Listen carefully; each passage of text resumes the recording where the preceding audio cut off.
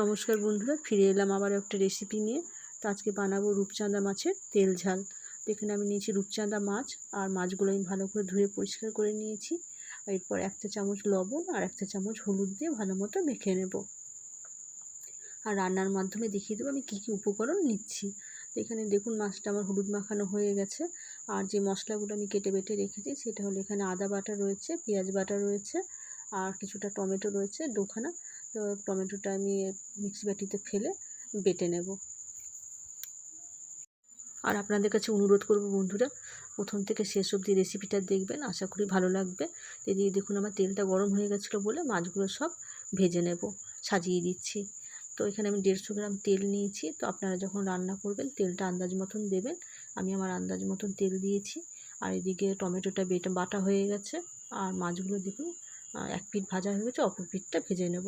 তো একটু কড়কড়ে করে ভাজবো, লাল করে ভাজলে স্বাদটা ভীষণ ভালো হবে, যেহেতু এই মাছে একটা আষ্টে গন্ধ থাকে।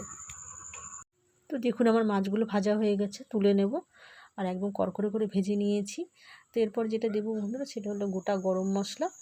গরম মশলার মধ্যে রয়েছে দারচিনি, লবঙ্গ আর এলাচ। এরপর দিয়ে দেবো 2 চামচ পেঁয়াজ বাটা।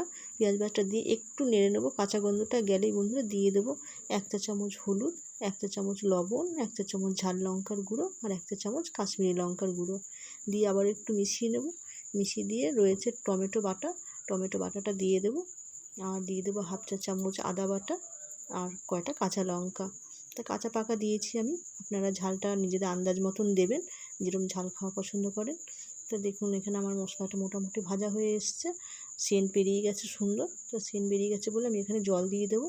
তো জল দিয়ে ঝোলটা যখন ফুটে উঠবে মাছগুলো আমি দিয়ে দেবো। দেখুন প্রত্যেকটা মাছ আমি সাজিয়ে দিচ্ছি।